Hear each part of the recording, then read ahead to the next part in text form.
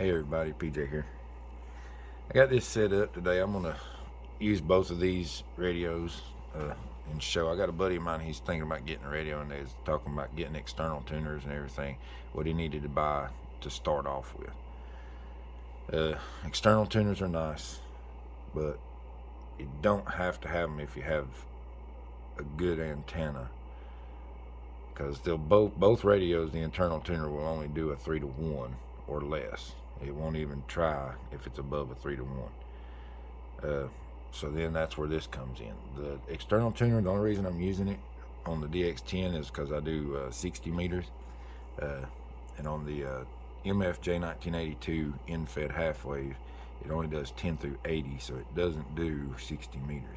Although I did, depending on height, have it tuned up on there before with the internal tuner. So I'm just going to show in between, and I'm going to turn this one off so I don't blow my finals or the front end there. I don't want to. So here I'm going to tune up on 28.370. Okay, that's using the MFJ 939. AK4 PJ testing. AK4 PJ testing. That is a 1.2, 1.3 on that one. That's using that one. Now let's go up here. Let's turn this one off. Same thing. This one is just the internal tuner. Let's see where it's at. And it's actually saying tune, so let's see what it does. AK4, yeah, see it. Watch the SWR. AK4 was way up there. Okay, so let's.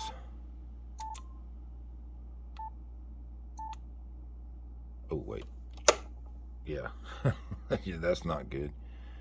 Yeah, you don't want to do that.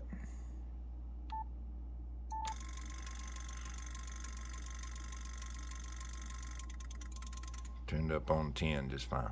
AK4 PJ testing. Flat. AK4 PJ testing. It actually got it lower on the internal tuner than it did on the MFJ for some reason. But there's a lot of, when you go through here and through there and all that. But that's a good tuner. I don't know if it's probably the best, but it's pretty good. Okay, well that's 10 meters. So I've got this one still set up. Let's see if it'll do it higher in the bands. Let's go up about 29. Somewhere around there. Let's see if it'll tune up here.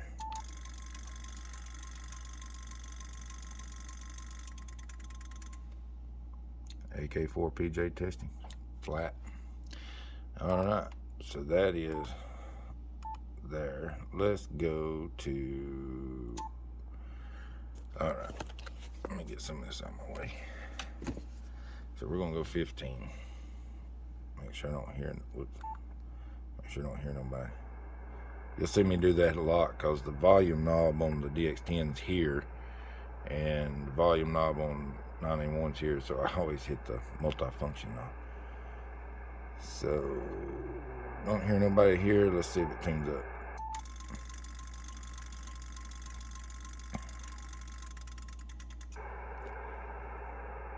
AK4 PJ testing. It's flat. Now I'm just going to go through some of these because I'm going to tell you, this one's going to tune up with this tuner on all of the same bands. What I'm wanting to show is that the internal tuner with, say, a good, decent in-fed half-wave antenna will cover most of your bands and still tune up the radio. Now, here, let's go to 40.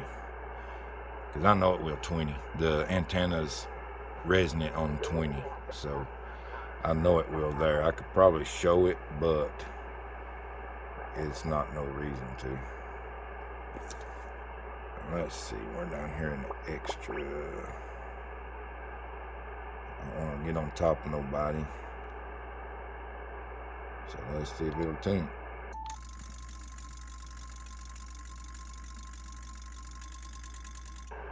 Took it a second, but AK4 PJ testing. Flat. Absolutely flat.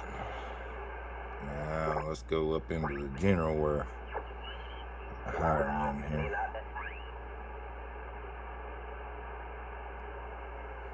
Make sure ain't nobody talking.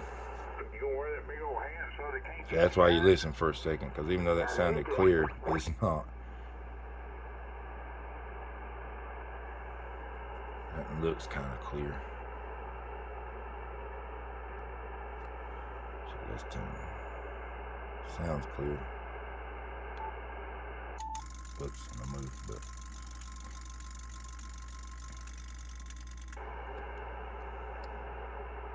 AK4 PJ testing. It's flat.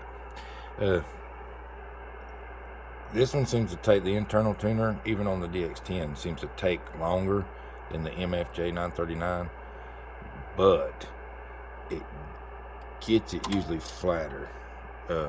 When I say flatter, I'm talking like a 1-to-1 or below, like a 1.0 or 1.1, to where the this doesn't even move.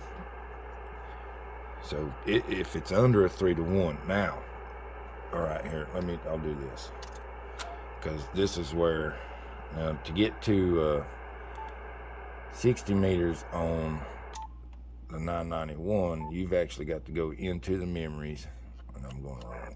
So here, let's go to,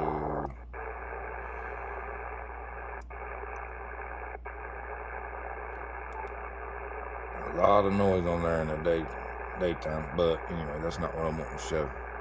Let's see if the internal tuner will tune this up the way I have it configured. So not even gonna try. So, won't even try. Let's go to the DX10. This is why I have the external tuner, because I don't have 160. It'll tune up a resonant 6-meter antenna. So if you have a resonant 6-meter antenna that you've made that is resonant on whatever portion, and you need to fine tune it, the internal tuner will do it. But this antenna that I use a lot, I can't. So let's see. So now we are on here, and let me do this.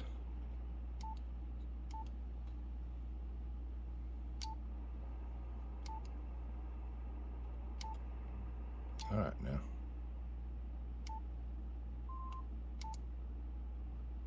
And junk. Okay, same one. And see, like on Yaesu locks it, you can't actually hit the VFO on this one. Normally you got to go into the memory mode. I went to it a different way, because sometimes you get this A and B flip-flop. It's a little finicky on that sometimes. So sometimes it's easier to just do it like this. But anyway, this is the MFJ we're going to tune up. Whoa. Now we're going to tune up. Man, I about forgot again. When you're playing with two radios like this, you don't want to blow your final, so make sure you're paying attention. Okay. Let's see what it did. AK4 PJ testing. AK4 PJ testing. I'd say 1.1, 1.2. I know you can't hardly see that with this camera. I'm trying to get both radios in, but watch the SWR needle down here. AK4 PJ testing. See, it's way down here. So, tunes up 60 meters. That's why I have this right here. Now, if you were to use a random long wire or a non-resonant antenna that you were wanting to try, say like I've got my 40-meter dipole that I built, and I was wanting to try, say, run it on 20 meters. It's not built for 20 meters, it's built for 40. It'll receive on 20, but the SWR is high on 20.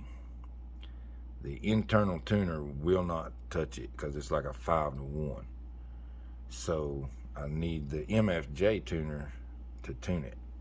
But now that's just making the radio happy. Whether or not it's actually, going to be a good transmitting antenna when you do that, you know, that's a whole nother story. It'll get out and you'll make contacts, but it probably won't be as good as a resonant antenna. Uh, that's just truth. It's just not going to be as good, because you might be changing it for the radio, but you're not changing it at the antenna with the tuner. You're not actually tuning the antenna. All you're doing is making it to where the radio is happy with the SWR, because it won't transmit if it's all, you know, if it's a high SWR. It'll cut the power back, or it'll completely just keep you from doing it. A lot of these new radios, you know, they got built-in safety features so that they actually will cut the power back so you don't blow nothing up. So like I say, even with a tuner, you're not actually tuning the antenna. Anybody will tell you it's better to have a resonant antenna for the band that you're working. It's why a lot of people don't like the end-fed half-wave, because it's not. But I have it tuned pretty low. I got a chart somewhere that shows it. So my SWR is flat on 20 meters and then up a little. It's nowhere above a 1.8 on any other band, but it's not as low as it is on a 20 meter band. So not to confuse anybody and get it, you know, off of that, but a resonant antenna is just going to work better. And that's why I say, if you get a good end-fed half-wave antenna that'll do 10 through 80 with the internal tuner, it'll tune it all up. And like I say, that one even used to tune up on 60 meters depending on how I had the end-fed set up. So I could, like on a sloper or lower to the ground or something like that, just depends. There for a while I got really lucky and I was like, oh, it's tuning up. Well, then I moved the antenna and then I couldn't tune up 60 on it no more. That's where this come in, because I'd got used to using 60 meter and then I couldn't because I changed my antenna, but I was getting better signal on 20 meters and everything than I was the others. So it's a trade-off. So not to make this super long, but I mean, just the gist of it, if you're going to run an antenna that is not built for the band that you're using, you're going to use like a random wire antenna that'll do all bands but won't tune up on none with the internal tuner, you're going to need an external tuner. If you buy a decent, good end-fed half-wave antenna that covers, has a 49-to-1 balance on, and you know, just one wire, but it's built and made to run on all of those bands, then your internal tuner will suffice. It will do the job. And if you've seen it, actually, now that's just this one, but on this system here, and it does it on both, the internal tuner actually gets it and takes the time to get it even more flat than what the 939 does. The 931 just gets it happy. It's really quick. Like if you go to tune up, I mean, it's like, here, let me go. I gotta get out of that. Let's go 20. Now, make sure I'm on the right antenna.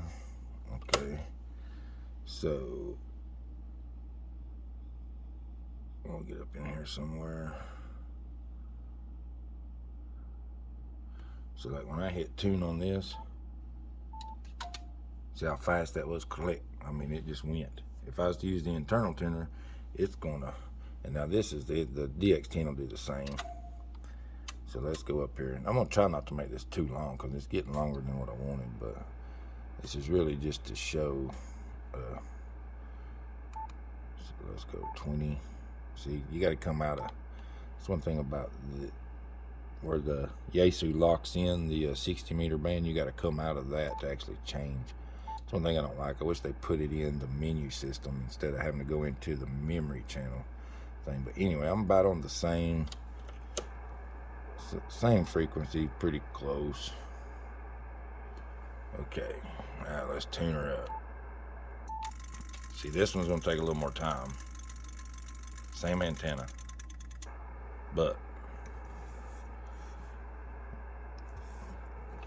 wrong mic. AK4 PJ testing. It's flat. See, it's not even moving the SWR meter. AK4 PJ testing. See, let's see if this one did it. I didn't test on this. I don't like turning these things on and off that quick, but for video purposes, I'll do it. don't want to do it a whole lot. So we've even got this here. Let's flip that back.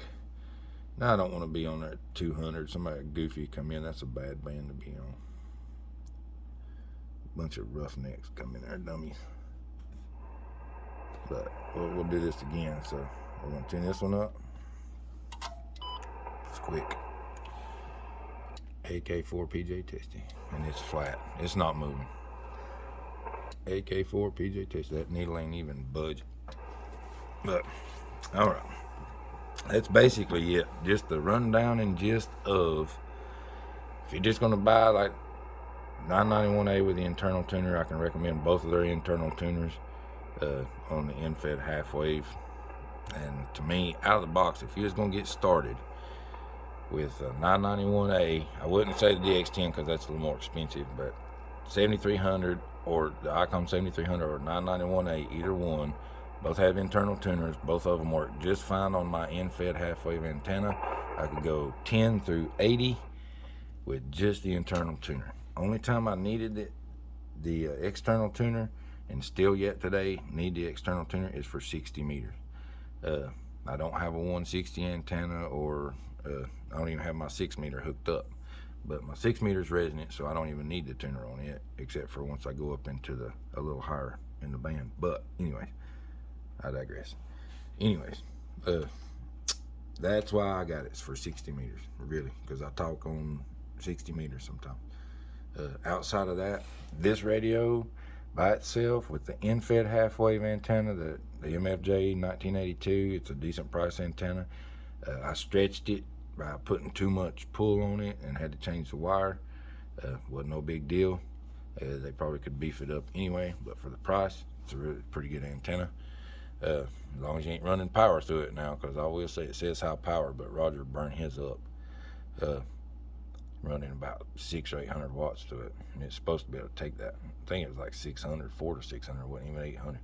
But anyway, just that end-fed antenna, and you will cover 10 through 80 easily. Internal tuner will do it. But eventually, you might need an external tuner, but if you want 60 meters, you will. But y'all have a good day. That's all I got. That's a long video. So have a good day. AK4 PJ.